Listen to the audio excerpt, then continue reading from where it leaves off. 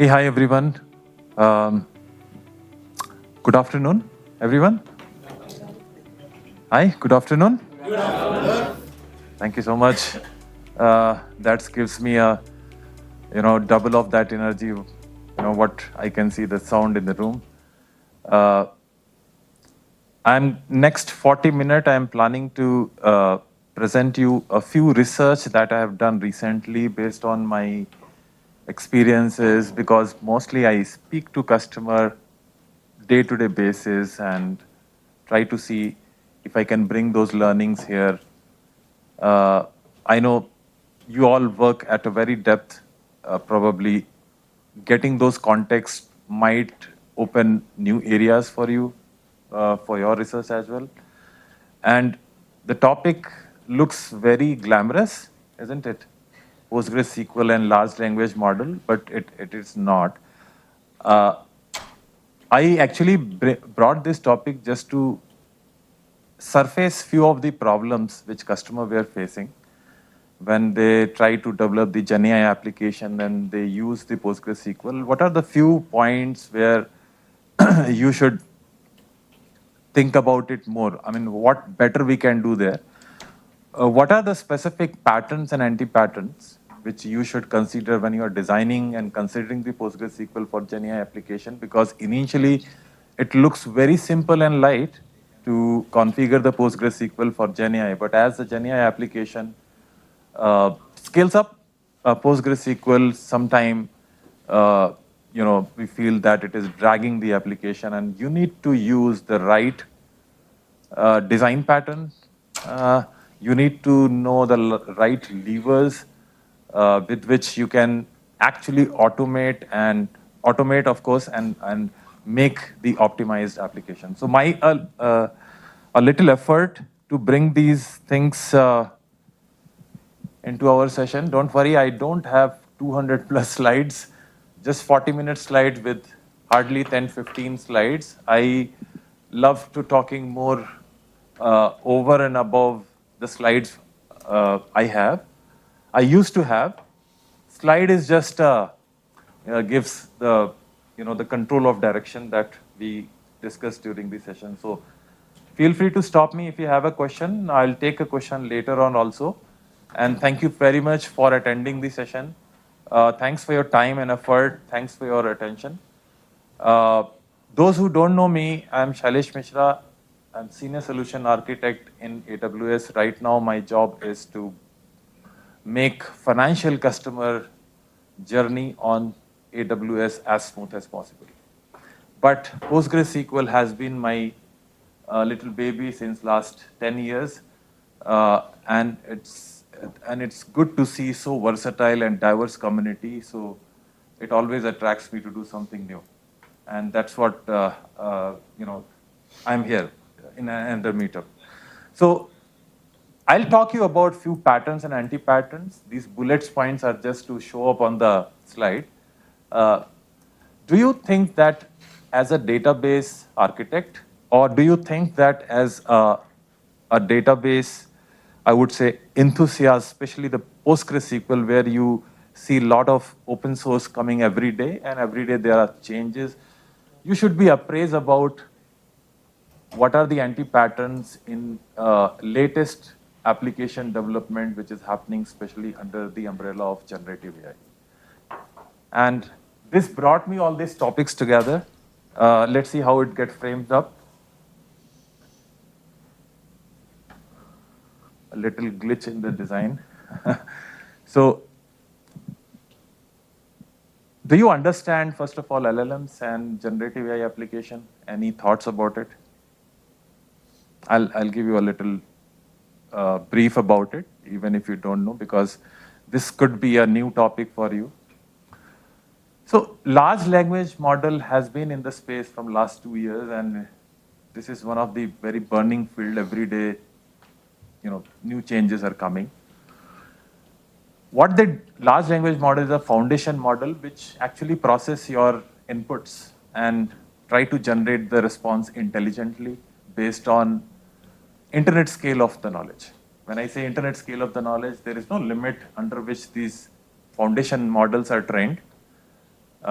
Any information on internet becomes the foundation for those models. Now, generative AI applications has been created, taking the help of LLM just to have the human-like responses, right? We are trying to create, industry is trying to create generative AI application just to make sure that your application behaves like a human, like behaves like intelligently. You shouldn't see like it's a rule-based engine, rather it's replying you very intelligently, right? And when you deal with lots of data, right, the data management becomes the key. And that's where PostgreSQL comes into the picture. I would say PostgreSQL was very good on the time when they released PG Vector. Nobody knew that LLM is going to be released by ChatGPT or OpenAI or the other players in the market. But I heard that PG Vector was released a couple of months before the OpenAI was announced. I don't know if it was a coincidence or something like that, or there was some internal planning, we don't know.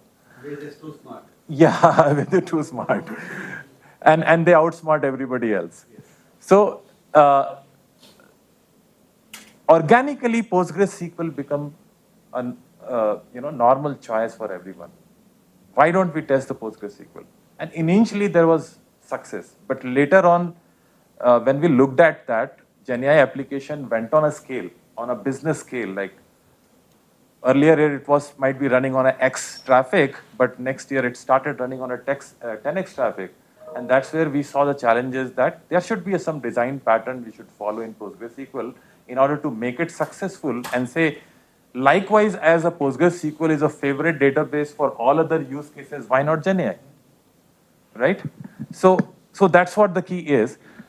What basically mostly we develop is the blue line. I wanted to highlight because if I discuss all the topic, it might take hours, but let's keep it short and crisp.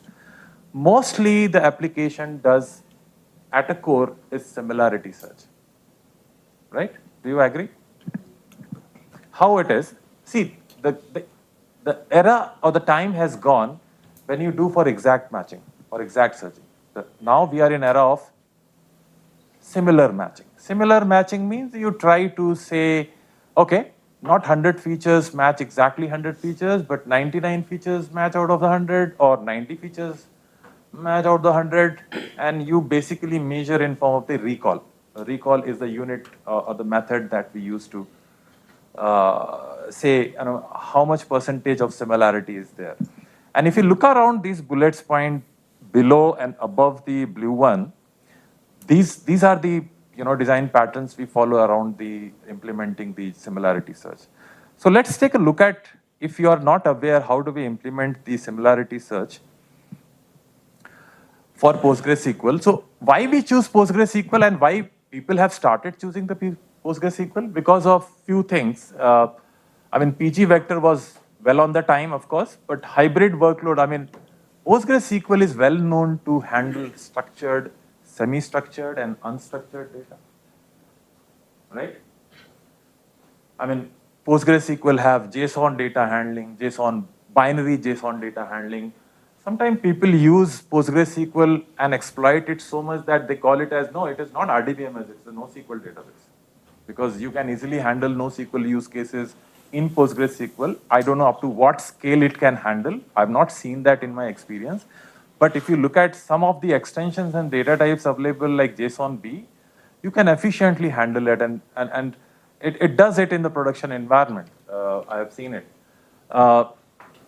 This is one of the reasons why PostgreSQL becomes favorable for architects who want to use some kind of an RDBMS to use as a vector database for GenAI application. Now, if you look at extensions, right, this is one of the reasons I like PostgreSQL. If you ask me why I like PostgreSQL, because PostgreSQL has given you an ammunition, like you can fill any RDS into it and blast it. You got it, right? No? Yes. Extension is one kind of a binary and a business logic that you can naturally make a fit in the PostgreSQL engine, which is already running on a production, right? Now, why not GenAI based extension? So PG vector was there, and somebody introduced PGAI. Are you aware about PGAI extension? Yeah. Yeah? I'll give you some introduction about it.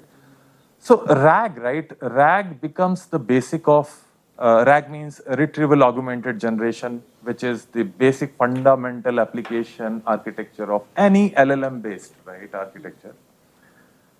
Now, when you have to do RAG, when you build a RAG, PostgreSQL act like a simple one component in that. But PGAI extension gives a complete picture of that. You don't need to make any call outside the PostgreSQL if you are handling RAG use case, right? Let me tell you one step ahead. And apart from extensible and cost effective, there are proven use cases. So this chart shows you what are the levers that you basically has been pulling in order to support all those points. For example, storage optimization techniques, partitioning, sharding, right? You might have seen in industry that there are a lot of flavors of PostgreSQL which comes in and support the sharding, partitioning, and all these. So these are the effective mechanism by which you are basically actually use all those features, and people have attracted towards PostgreSQL to see what it can do better for the GenAI application. So I'll take a pause here before I explain what is a RAG application. Again, there is a slide design twitch. The title of design slide is a sample RAG. How does a sample RAG application looks like? But I'll take a pause here and see if there is any question, any feedback, comment. Yes? So PG vector and PGA, right? Like you're saying that it might be extensions to existing PGA. It is extension. For an end user point of view, right? Like isn't it confusing, like providing different bits and pieces and Lego boxes and mix it together instead of providing a final solution? Shailesh, one request. So iterate that question so that it gets captured, and then sure, makes sense. Yeah. You're done? Yeah. Okay, sure. The question is, the extensions like PGAI, PG vector, doesn't is confusing for end user because it becomes a Lego features, a small features, which becomes confusing for implementation. Is it what you're asking, right? Something. Well, I agree with you, but there are two aspects. Don't you think any system which has more Lego pieces, we have a more control over there? Or when it comes like a bundle or a container, we don't have a control over there? I mean, it is just a perspective, the lens of perspective with which you view it, right? For example, Android phone versus iPhone. iPhone in older ages and then now also doesn't give you an option to, open it and repair it by yourself, right? So more like it all depends upon the what perspective the lens you're viewing it. It might be true from your lens because you don't want to manage those small Lego things to more control over it. But I love the more control. And you might have heard Kubernetes, right? Kubernetes, why people love Kubernetes? Container orchestration. Because it has a more smaller pieces of Lego pieces to control more over the container orchestration versus a bundle cluster which comes with no control over it. There is, the perspective is how do you manage? There is a ease of manage when you have a bundled thing, but there is a ease of control. It's trade-off. Hope I answer your question? Yeah, yes. Okay, let's take a look at generative AI application. Any generative AI application have majority of cases two parts, right? Take a look at this part, the blue labels, right? And the other part is orange labels. What is blue label? Blue label is we are constructing vector database to cater RAG use cases. RAG use cases means you develop any chatbot application, but the response should comes like a human is responding. It shouldn't be a very machine-oriented response. It should talk like you, if you want a chatbot should talk like you, a financial expert, it should talk like a financial expert. It shouldn't be like, can I spend in mutual fund A? Answer always be yes, no. It could be every time it can give you multiple answers. Right? So what we do is, in this blue labels, we get the data, whichever data we want to vectorize. Why we vectorize? Because vector data is a mathematical representation of textual data with which LLM can take some decision to have vector calculations, to have some kind of a cosine similarity and Euclidean distance. So what we do is we use a model or a ETL pipeline which basically convert the ingested data into token embedding and store in vector database. That's what the PG vector is all about, right? Hope I'm not making it much complex, but I'm trying to make the point here is, whenever you're creating GenAI application, the first part is you have to create a vector database through which GenAI application basically construct its response by doing a similarity search, right? Now what we do is, once this is built, end user tries to use questions to it, and GenAI, the LLM basically search the similar items from the vector data, get the result out of it, construct a human-like response with the help of LLM, and send the response. This is a sample RAG application, all looks about, right? Now, if you have to implement this actually in PostgreSQL, right? That was a very high-level design. If at all you have to implement this, what we do is we need to create a extension, right? And in order to store the vector data, you need to create what? A table which could accommodate the vector data, and by default, what we use is vector column. One of the columns should store vector column, right? After that, we start to enter the data. Now, this is very fundamental insert statement. Normally, you won't see this in the production. We use some kind of LLM to basically convert the human readable text into vector data, and then vector data goes actually into the table. Is it very painful to understand? No? Okay, after that, what we do is, in order to do the similarity search, you cannot directly jump into the lake what you are filling with the insert statement, because the world is very different. You have to use some kind of a vector search mechanism to convert that vector data into a form of a graph and do a search to find out what are the most similar items, which may be somewhat equal to a cosine similarity algorithm or Euclidean distance, right? So what you do is, you basically construct a index on top of the column where you have populated the vector, right? Now, you can create, when you're creating the index, you have multiple options. You can choose HNSW, which is hierarchical navigable small world, the full form of that. There is another kind of an index that you can create is IVF flat. It's an inverse index that you normally might have seen in the full text search use cases. So there are some pros and cons, right? IVF flat index came earlier, and it likely to give you more result in terms of, first of all, you cannot construct the IVF index without having the data into the column.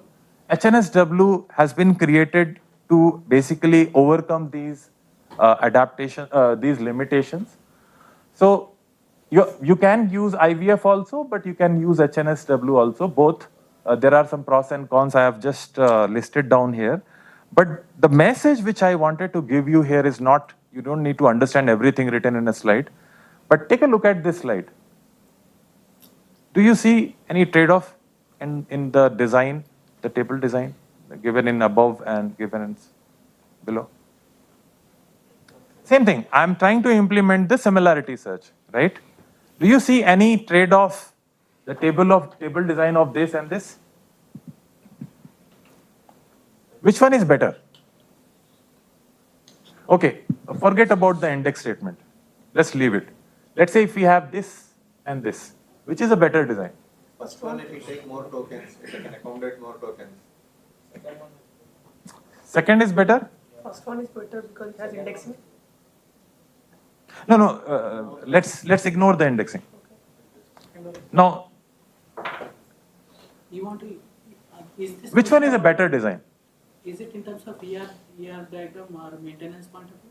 Or No, from application point of view. from I think 1536 is the standard count, vector count. The first one is good. First one is People are very good in comparing the things good and saying good and bad, but actually, I think some of you have pointed out that what point of view? So if you look at from the end user or application point of view, obviously, this is a better design. Why? Because the vector column has dimension of 1536 versus the vector column here have a dimension of 384, means you can store more information in single value when you have a more dimension. And there is a likely chance that you get better result when you do a similarity search because of that. But what happens is the more you have a dimensionality, the more complexity increase at the data level. So when you are designing GenAI application, ask yourself, what is the optimum dimensionality you need to take? That's what the message I wanted to bring in. So first of all, don't go and blindly say or select dimensionality. First, try to see which dimensionality actually satisfies your application queries and choose as low as possible. Right? Does this sound interesting? It becomes more interesting with data points. Let's look at it, right? Okay, I'll give you 30 seconds to take a look at this graph. What do you see? Okay, let me help you out. Look at this graph, the left one. This graph is created as a result of benchmarking on a PG vector table where column dimension is, right? And this is on? What is the size of machine we have taken for blue and orange line? Same, right? And this axis represent transaction per second. This axis represent number of clients. What is your observation? Tell me. I mean, what do you think about these two comparison? One gets flattened up. Exactly. What does that mean? No gain to a point. Anyone else? Second one, after some time, transaction is like Yeah. stabilized. Not stabilized. There is no improvement. No gain. Even if you are increasing the machine sizes, there is no improvement in the transaction per second. It means the higher dimensionality you choose, likely your application will be dragged even you choose a higher machine size no matter. Yes, of course. Does it sound interesting or not? Yes. Yeah? But what about quality, right? Are we compromising? Yeah, I'm coming on that. Quality is what I started with, right? From application point of view, from end user point of view, quality matters. But on question of quality, you cannot drag your data in such a way that after spending millions on the cluster of PostgreSQL, you're not getting the TPS you want. I mean, it is something like DB architect has always been in the trouble since centuries, and same is continuing. Not centuries, I would say, decades. Yeah. just a follow-up question. We are seeing that the graph is becoming flat after a while. Is this This is the concern. yeah? Is this a Postgres problem, or is this is just a problem with high dimensionality? Any? I mean, I'm just curious. You're making a right point, of course. Any comment? Should be general. Sorry? It should be generic, nothing to do with the process. Yeah, I mean, if the dimensions are increasing, then eventually it will go to halt. But with this specific number, reaching only 1,000. It's combination of both. Okay. Some vector data. See, what you are doing is you are using PostgreSQL as a. I think I'm good without mic. So you are using PostgreSQL. It'll be good for recording. Audio. Okay. I'm sorry. I forgot that it's been recorded. Sorry. Okay. So it's actually a combination of both. See, you are using PostgreSQL as a vector database. You go to any vector database, this problem will come. But engine has to give solution about it, and the guy who's designing is mainly responsible for it. Who's responsible? It is you. Me. I mean, I'm not pointing finger to you, but we are responsible for it. Right? So, what we should do in PostgreSQL, like other vector database where these issues are resolved. Now, let's come back to the quality. When you reduce the dimensionality, the quality of your similarity search degrades. So somewhere you have to, tighten that, all trade-off meets. Hope I am doing well on time. Yes. How much time remaining? You still have 15 minutes. Okay, great. I'll be done. Actually, initially I tried to make a point by looking at if any one of you doesn't know about RAG, so I started from the scratch, but I hope the point is clear. If you are going to make PostgreSQL a PG vector kind of a stuff as a vector database, do consider this is the very fundamental point. Now, if I go and see, do you really need high dimension is what first question you should ask. And what is high, what is low, and what is a threshold? That is where the quality will come in picture. The quality will decide dimensionality threshold. Don't cross. And as you go down, quality will degrade. Now, what are the solutions? Why dimensionality 153632 dimensionality was problematic? Because every vector data type internally stores 32 floating bit numbers. So PostgreSQL came up with an intelligent solution. The guys who were behind the PG vector, they introduced another data type apart from the default vector data type. What is that? Half-vec. We are so cool in giving the names, half-vec, full-vec. So what is a half-vec? You see this table, right? This table is declared with default data type, vector with dimensionality. How much? Okay, you're with me. Now, with the introduction of another data type called half-vec, where the floating point was not stored with 32-bit, rather it is stored with a 16-bit, the half of that. So, the size of each values becomes half, but you still can store a high dimensionality. So there is a help we get with a half-vec. But still, accuracy, recall, all these things you need to test in the application. So the point is, if you look at this, I don't want to read all these statements. I have extracted it from the perplexity.ai. But this is pretty useful table to compare when to use half-vec, when to use full-vec.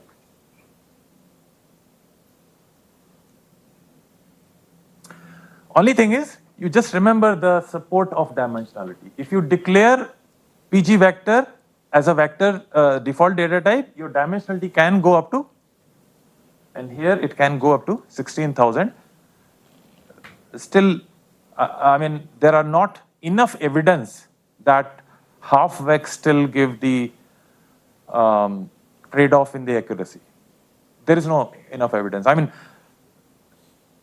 I have done this research quite enough, but still I don't have much evidence on this. This is quite new topic. Now, what else we can do to optimize the GenAI application? Does that make sense? So you should have version control for LLM inputs and outputs. All right? Do you use OpenAI? Yes. Who said yes? Okay. Normally, you have to pay for per API call, right? How can you reduce the cost? By Not calling it. optimizing your prompt. Of course, right? Now, when I say in Diwali or Dashera or in New Year, I used to get same queries. For same queries, I have a same response. So instead of LLM, in 1 year, I'll take all the responses, I'll cache it somewhere, and next year I will. Return the same place. Anyway, there has to be trade-off. But the point what I'm trying to make in this slide is, why can't we do a versioning of the questions that coming in and the answer going out? Can we cache it somewhere? So that you can reduce the number of calls made to the LLM, which is causing your application to be costly. Agree? But how? Yes? So is it versioning of LLM or? No. This is not the versioning of LLM. This is the versioning of LLM responses. This is versioning. Response. Query and responses, both. I mean, for a query, what is a response? For a query, what is a response? So that's what I said. Not calling OpenAI is, of course, not costly. So we create another vector for the queries? Of so course. We retrieve all the responses. See, if your vector database is giving you, like storing those responses, giving you better cost than querying LLM frequently, you don't want to query, right? For very frequent. Let's say if somebody tells you from where, okay, sometimes you give a natural responses for some question without thinking. Is what the point I'm trying to make. Yeah. Right? Where do you live? Do you think twice? Today I was living in India, tomorrow I'm living in Australia, nothing like that, right? So why not in an application? But how can we design such kind of a requirement is what the second bullet point is trying to make. JSON-B, have you handled JSON-B in PostgreSQL? It's amazing database, amazing data type. First of all, it stores JSON. Second, it stores binary format, which is compressed, more understandable for the machines. And the major advantage of using JSON-B data type is you can store dynamic data. I mean, something very similar to the NoSQL. In one row, you could have one column. Another row, you could have 100 columns. The third row, you could have 50 columns. Unstructured response. So what is a query you are doing, right, with LLM? Unstructured response. JSON-B is right fit for it. Or you use temporal table for versioning. What is temporal table? See, this is the example of temporal table. I tried to create here example. See, what is this table about? Very familiar table, no? Scott schema? You remember Scott schema, right?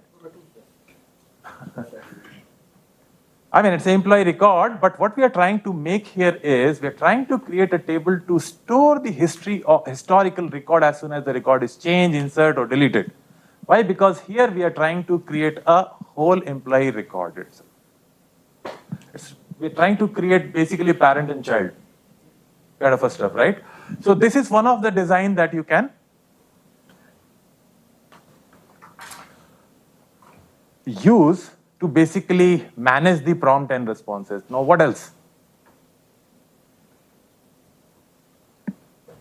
Caching frequent queries. Does that make sense? Where? Where we should cache?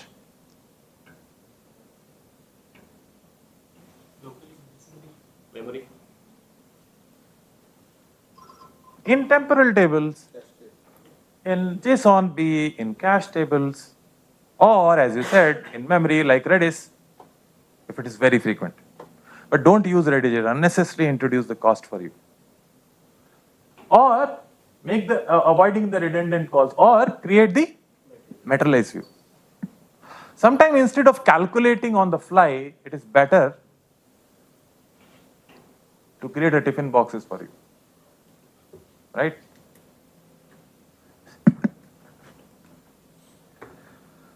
Okay.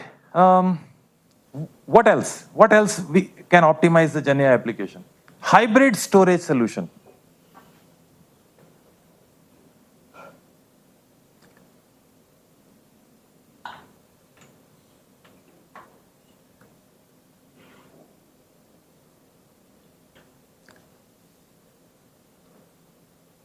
What does silence means? Okay. So hybrid here, what I mean by hybrid, I have seen the applications. When you are creating GenAI application, don't look just at vector columns. Wherever vector column fits in. But sometimes mixing the search with vector column along with full text search, along with sharding, can give you better result. So be smart, go with a hybrid approach. Don't just create a vector column and do a vector similarity search like cosine similarity or Euclidean distance. Mix the full text search with vector search with other hybrid search which is natively provided from the PostgreSQL. What I mean is just not focus on vector. What does this example say? This example says that, you see here, design, this is vector, this is vector, yes, no? What it is? Full text. You're storing the full text here so that probably a part of your text or probably a part of your unstructured or structured data could be stored here, but sometimes you need to mix the search and search in both columns. So let's say you put a vector value here and some full text here. See, the full text is going here and the vector is going here. Now, when you query it, what you're doing is you're trying to filter out first all the data with the help of full text search, not the vector. And then you're doing on top of that vector search. That gives you better result times, cost, money, everything. Probably everything. It's still new topic. I'm still researching on this. Okay. I'm moving to, yes, any question? Isn't it counterintuitive because Counterintuitive. Isn't it Intuitive, okay. backfire sometimes because PostgreSQL Backfiring once versus 99 times okay is okay. No. See, we are not in the era of creating perfect application. We actually have entered in the era of similarity search. We no longer believe in equality search. Okay, got it. You got it, right? Yeah. Do you really do a lot of equality search now? No. Who does for you? Your co-pilots. Okay, this is some of the data which backs my theory. Yeah, I'm on the last. This is some of the statistics data which backs my theory, and that has this data actually supports me as of now. Nobody else. Hope you will support me. See, there has been benchmarks. There has been benchmarks done. if you look at the query latency, scalability, cost analysis, a data set of 15 million cohere embedding. What does this mean is, cohere model is used to create the text embedding, okay? That's a vector database. Now, PostgreSQL outperforms Pinecone storage. Pinecone is a native vector data store with 28x lower P95 latency, I mean percentile 95 latency, and 16x higher query throughput. And this is comparable to the Pinecone performance with all the techniques which I discussed earlier, right? These are all techniques. With the help of all these techniques, we have achieved a performance optimization in PostgreSQL when you use PostgreSQL as PG vector database. Okay. See, there is one more data point, 16-bit versus 32-bit. Half vec, full vec, what is the advantage? 57.3% reduction in total storage, 66.3 reduction in index size, no significant impact on query performance or accuracy. I'm happy as long as accuracy is intact. You can find the result in these blocks. Okay, let's talk about PGAI. Somebody told, you know PGAI, but let me tell you, for those who don't know. You remember still that slide, right? Sample RAG application. RAG application does what? It receives the user query, convert into vector, search the vector for similarity. Whatever result comes, it again prepare the response with the help of LLM and send as a human-like response, right? PG vector becomes a single component in entire RAG application, but with PGAI, your call needs to not go out of PG vector itself. So PGAI gives you a control by which you can directly query the LLM while the final response is being prepared and send it to the user query. And this is the implementation. And if you look at this part, right?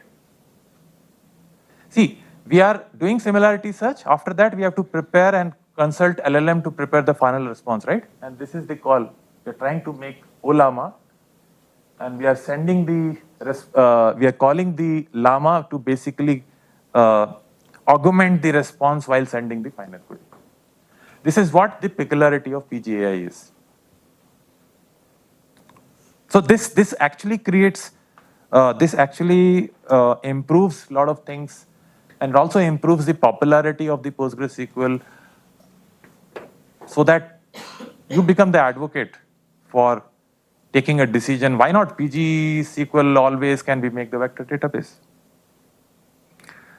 Finally, this is the best practices I want to communicate. It's a summary of all I discussed. Hope you liked this talk. It was very unfamiliar topic. I know it's very painful to understand these new topics, especially after the lunch. But if you have any feedback, because this is pretty new topic, a lot of research is going on. Even I talk to a lot of customers regarding how their application is being dragged in PostgreSQL, right? I'm happy to connect. I'm on the LinkedIn, so feel free to connect. I hope I have the LinkedIn. Yeah, you can scan it if you want to connect on the LinkedIn. I'm happy to connect. And if you want to discuss, I do regular research on this in my weekends. So if you have any, if you're writing any thought leadership paper, white paper, I'm happy to contribute. I myself is writing a lot of things on this. This is one of the, 6-7 slider I converted into 10-12 slider to talk something new about it, what's happening in industry. And thank you for your time and attention. Thank you very much.